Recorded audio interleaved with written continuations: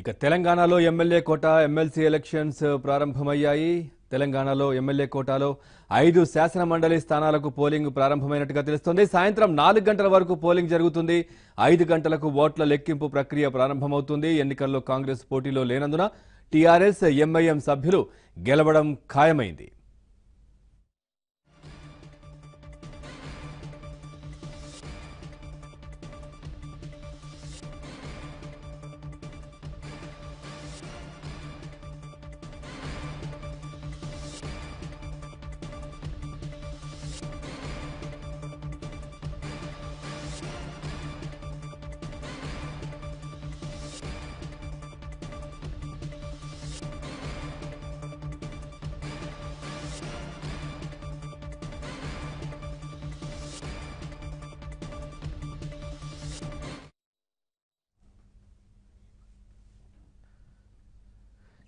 MLC ఎన్నికలకు సంబంధించిన మరింత సమాచారాన్ని మా కరెస్పాండెంట్ నరేష్ లైవ్ లో అందిస్తారు. నరేష్, టీఆర్ఎస్ ఎమ్మెల్యేలు బయలుదేరినట్టుగా తెలుస్తోంది, అప్డేట్స్ ఏంటి?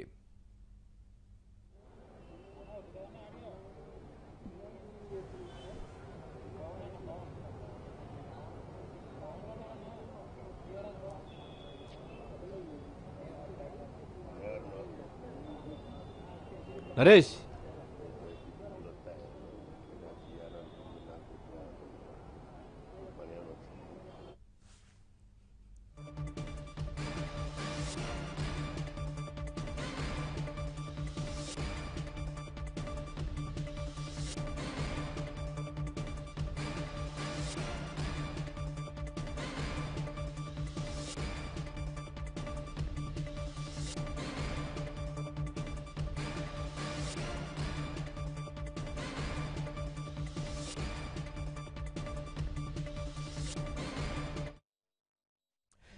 ఇక టీఆర్ఎస్ మజ్లిస్ అభ్యర్థుల విజయం లాంఛనమే. కాంగ్రెస్ టీడీపీలు పోలింగ్ ను బహిష్కరించాలని నిర్ణయించడమే ఇందుకు కారణం.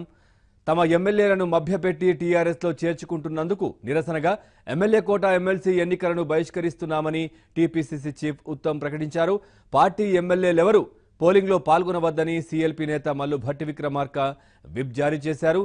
ఇక టీడీపీ ఎమ్మెల్యేలో సండ్ర వెంకట వీరయ్య తాను టీఆర్ఎస్ లో చేరతానని ఇప్పటికే స్పష్టం చేయగా, ఆ పార్టీ మరో ఎమ్మెల్యే ముచ్చా నాగేశ్వరరావు తాను పోలింగ్ కు దూరంగా ఉంటానని ప్రకటించారు.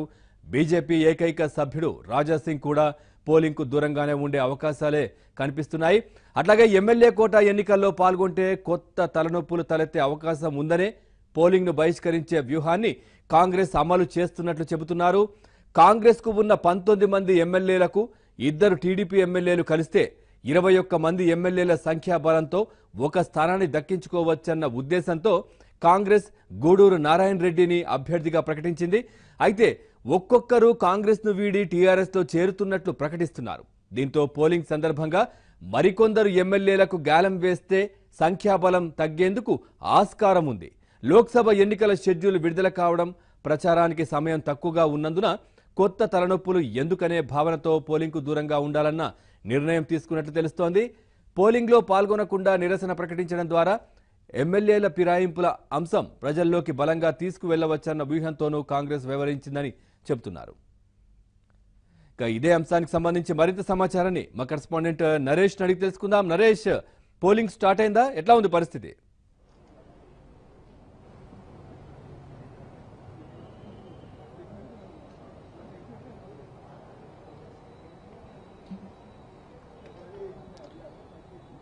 పవన్, మొత్తానికి మరికొద్దిసేపట్లోనే టీఆర్ఎస్ భవన్ నుంచి ఎమ్మెల్యేలంతా కూడా ప్రత్యేకంగా ఏర్పాటు చేసిన బస్సుల్లో అసెంబ్లీ కమిటీ హాల్ కు వెళ్లనున్నారు. 3 బస్సులను టీఆర్ఎస్ పార్టీ ఏర్పాటు చేసింది. ముఖ్యంగా working president TRS working president KTR ఆధ్వర్యంలో వీళ్ళంతా కూడా తరలి వెళ్తున్నారు. ప్రస్తుతం మనతో పాటు ఈ ఓటింగ్ సంబంధించి మాట్లాడడానికి ఎమ్మెల్యే ఆరు రమేష్ ఉన్నారు.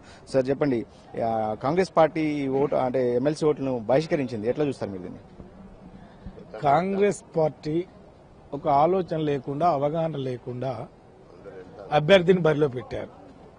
వాళ్ళు భయపడి బైకాట్ చేస్తున్నారు తప్ప రాజకీయంగా ఎదుర్కోలేకనే బైకాట్ చేస్తున్నారు.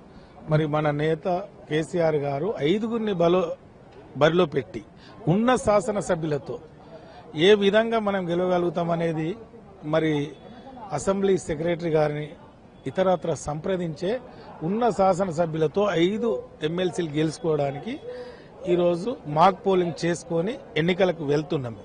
ఈరోజు కాంగ్రెస్ పార్టీ ఒక అవగాహన లేకుండా, ఆలోచన లేకుండా అభ్యర్థిని పెట్టి ఎట్లా గెలవమని బైకాట్ చేసి టీఆర్ఎస్ పార్టీ పైన బురద చల్లాలని, ఈరోజు కాంగ్రెస్ పార్టీ నుండి టీడీపీ పార్టీ నుండి గెలిచిన శాసనసభ్యులు వాళ్ళ నియోజకవర్గాలు అభివృద్ధి చేసుకోవడానికి స్వచ్ఛందంగా ముఖ్యమంత్రి గారి ఆధ్వర్యంలో టీఆర్ఎస్ పార్టీలో చేరడానికి ముందుకు వస్తున్నాం. వాళ్ళని స్వాగతిస్తున్నాం. వాళ్ళు చెప్తున్న మాట ఏంటంటే అప్రజాస్వామికంగా టీఆర్ఎస్ పార్టీ వ్యవహరిస్తుంది, అందుకే మేము ఎమ్మెల్సీ ఓట్లను బహిష్కరిస్తామని చెప్పి కాంగ్రెస్ నేతలు చెప్తున్నారు. వారిని ఎవరూ బలోపేతం చేయటం లేదు.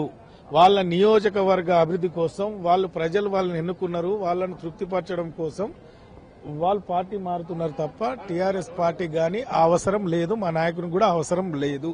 ఉన్న శాసనసభ్యులతో 5 ఎమ్మెల్సీలు బ్రహ్మాండంగా గెలుచుకోబోతున్నాం. ఇది మొత్తంగా ఎప్పుడే చూసినా మనం ప్రత్యక్షంగా టీఆర్ఎస్ భవన్ నుంచి ఎమ్మెల్యేలంతా కూడా తరలి వెళ్తున్నారు. ప్రత్యేకంగా ఏర్పాటు చేసిన బస్సుల్లో ఒక 3 బస్సులను టీఆర్ఎస్ పార్టీ ఇప్పటికే ఏర్పాటు చేసింది. దీనిలో వీళ్ళంతా కూడా బస్సుల్లో ఎమ్మెల్యేలు తరలి వెళ్తున్నారు. అసెంబ్లీ కమిటీ హాల్లో ఈరోజు ఉదయం నుంచి సాయంత్రం 4 గంటల వరకు ఈ ఎన్నికలు జరగబోతున్నాయి. సాయంత్రం 5 గంటలకు కౌంటింగ్ ప్రారంభం అవుతుంది. మొత్తంగా టీఆర్ఎస్ పార్టీకి 90 మంది ఎమ్మెల్యేలు మద్దతు స్వయంగా ఉంది. చూడొచ్చు కేటీఆర్ ఆధ్వర్యంలో వీళ్ళంతా కూడా వెళ్తున్న పరిస్థితి. కేటీఆర్ స్వయంగా ఎమ్మెల్యే అంతా కూడా తోడుకుని వెళ్తున్నారు. స్వయంగా పర్యవేక్షించి 90 మంది ఎమ్మెల్యేలు కూడా ఒకరు కూడా చేజారకుండా కేటీఆర్ వెళ్తున్న పరిస్థితి కనిపిస్తుంది. మొత్తంగా ఎమ్మెల్యేలంతా కూడా అంటే కాంగ్రెస్ పార్టీ బలం లేనప్పటికీ కూడా వాళ్ళు అభ్యర్థిని నిలిపారు. అందుకే తాము ఈ ఎన్నికలను చాలా సీరియస్ గా తీసుకోవాల్సి వచ్చిందని చెప్పి కూడా కేటీఆర్ స్వయంగా పార్టీ ఎమ్మెల్యేలతో చెప్పినట్టు తెలుస్తోంది. ఇందులో భాగంగానే ఒక్క ఎమ్మెల్యే కూడా అంటే టీఆర్ఎస్ పార్టీ 4 ఎమ్మెల్యేలని బరిలో నిలిపింది. ముఖ్యంగా 4 ఎమ్మెల్సీ అభ్యర్థులను సత్యవతి రాథోడ్ కావచ్చు, అలాగే ప్రస్తుతం హోంమంత్రిగా ఉన్న మహమూద్ అలీ, అలాగే ఎగ్గే మల్లేశంతో పాటు సేరి సుభాష్ రెడ్డిలను 4 అభ్యర్థులను టీఆర్ఎస్ పార్టీ బరిలో నిలిపింది. మరోవైపు ఒక స్థానాన్ని తమ మిత్రపక్షమైన ఎంఐఎంకు వదిలేయడం జరిగింది. అంటే ఎంఐఎంను గెలిపించుకునే బాధ్యత కూడా ఒక రకంగా టీఆర్ఎస్ పార్టీనే తీసుకుందని చెప్పవచ్చు. ఎంఐఎం పార్టీకి ఉన్నది సంఖ్యాబలం 7 ఎమ్మెల్యేలు మాత్రమే. అయినప్పటికీ కూడా టీఆర్ఎస్ మద్దతుతో ఎంఐఎం కూడా మొదటిసారి ఒక ఎమ్మెల్సీ స్థానం దక్కే అవకాశం కనిపిస్తోంది. చూడొచ్చు ఎమ్మెల్యేలంతా కూడా స్వయంగా బస్సులో ఎక్కి దాదాపు 3 బస్సులు ఏర్పాటు చేశారు. ప్రతి బస్సులో కూడా ఎమ్మెల్యేలను ఏర్పాటు చేసుకుని తోడుకుని స్వయంగా వర్కింగ్ ప్రెసిడెంట్ కేటీఆర్ ఆధ్వర్యంలో, అలాగే మంత్రులు కూడా నిజానికి ప్రస్తుతానికి ఉన్న మంత్రులంతా కూడా ఆయా నియోజకవర్గాల్లో అంటే వాళ్ళ జిల్లాల్లో ఉన్న ఎమ్మెల్యేలందరినీ కూడా ఒక్క ఎమ్మెల్యే కూడా చేజారకుండా ప్రతి ఓటు కూడా టీఆర్ఎస్ పార్టీకి పడేలాగా, టీఆర్ఎస్ పార్టీ అభ్యర్థులకు వేసేలాగా ఏర్పాటు చేశాక మంత్రులు స్వయంగా దగ్గరుండి ఈ ఎమ్మెల్యేల ఓటింగ్ లో పాల్గొనేలాగా వాళ్ళ సమన్వయం తీసుకోవాల్సిందిగా కూడా ముఖ్యమంత్రి కేసీఆర్ సూచించారు. వీళ్ళందరినీ కూడా కేటీఆర్ దగ్గరుండే ఈ అంశాన్ని అంతా కూడా ఈ వ్యవహారాన్ని పర్యవేక్షిస్తున్నారు.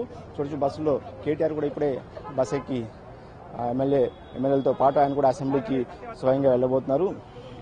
మరోవైపు కాంగ్రెస్ పార్టీకి 19 మంది ఎమ్మెల్యేల మద్దతు ఉంది. నిజానికి కాంగ్రెస్ పార్టీ గూడూరు నారాయణ రెడ్డిని పోటీలో పెట్టింది. మొదట ఏఐసీసీ గూడూరు నారాయణ రెడ్డి తమ ఎమ్మెల్సీ అభ్యర్థిగా ప్రకటించినప్పటికీ కూడా 19 ప్లస్ టీడీపీకి తమ మిత్రపక్షం తెలుగుదేశం పార్టీకి ఇద్దరు ఎమ్మెల్యేల బలం ఉంది. ఆ ఇద్దరు కూడా నిజానికి వాళ్ళకే అంటే కాంగ్రెస్ పార్టీకి మద్దతు ఇస్తారని చెప్పి మొదట కాంగ్రెస్ పార్టీ భావించింది. ఆ తర్వాత Sandra Venkata Veerayya Sathupalli MLA TDP MLA Pragati భవన్లో కేసీఆర్ని కలిసి తాను టీఆర్ఎస్ పార్టీకి మద్దతు ఇస్తున్నట్టు, త్వరలో టీఆర్ఎస్ తీర్థం పుచ్చుకున్నట్టు కూడా తెలిసింది.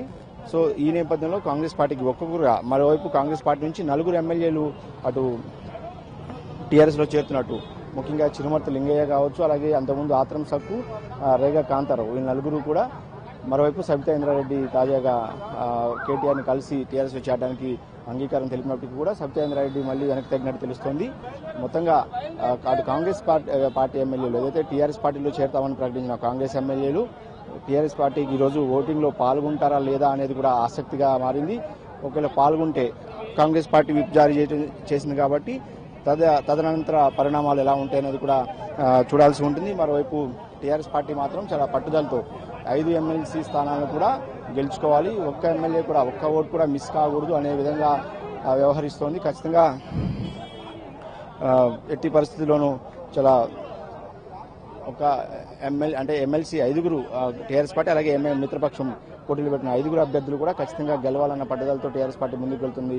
మరోవైపు ఈరోజు ఉదయం మరికొద్దిసేపట్లో వీళ్ళంతా కూడా అసెంబ్లీ కమిటీ హాల్లో ఏర్పాటు చేసిన పోలింగ్ స్టేషన్లో తమ ఓటు హక్కును ఎమ్మెల్యేలంతా కూడా వినియోగించుకోబోతున్నారు. దాని తర్వాత అంటే 4 గంటల వరకు, సాయంత్రం 4 గంటల వరకు ఈ పోలింగ్ జరుగుతుంది. మరోవైపు 5 గంటలకు కౌంటింగ్ ప్రారంభమవుతుంది. అంటే మొత్తంగా ఈరోజు సాయంత్రం వరకు ఇది ఎమ్మెల్యే కోటాలో జరగబోయే ఎమ్మెల్సీ ఎన్నికల కౌంటింగ్ ముగుస్తుంది. మొత్తంగా ఫలితాలు కూడా వెలువడబోతున్నాయి. అంటే దాదాపుగా దీని గురించి కొన్ని రోజులుగా టీఆర్ఎస్ పార్టీ ఒక కసరత్తును చేసింది. మొత్తంగా నిన్ననే అంటే ముఖ్యమంత్రి కేసీఆర్ అలాగే టీఆర్ఎస్ పార్టీ అధ్యక్షులు హోదాలో ఆయన ఎమ్మెల్యేలందరూ కూడా దిశానిర్దేశం చేశారు. ఓటింగ్ ఎలా వినియోగించుకోవాలి అనే వ్యవహారంపై మాక్ పోలింగ్ కూడా ఏర్పాటు చేయడం జరిగింది. దానిలో ముఖ్యంగా స్వయంగా కేసీఆర్ పాల్గొని తమ ఓటు హక్కును వినియోగించుకునే విధంగా వీళ్ళంతా కూడా దిశానిర్దేశం చేసిన పరిస్థితి. ఈ రోజు కూడా ఉదయం వీళ్ళంతా కూడా మాక్ పోలింగ్ లో పాల్గొన్న అనంతరమే ఇప్పుడు అసెంబ్లీలో జరగబోయే ఎమ్మెల్సీ ఎన్నికలకు బయలుదేరి వెళ్ళబోతున్నారు.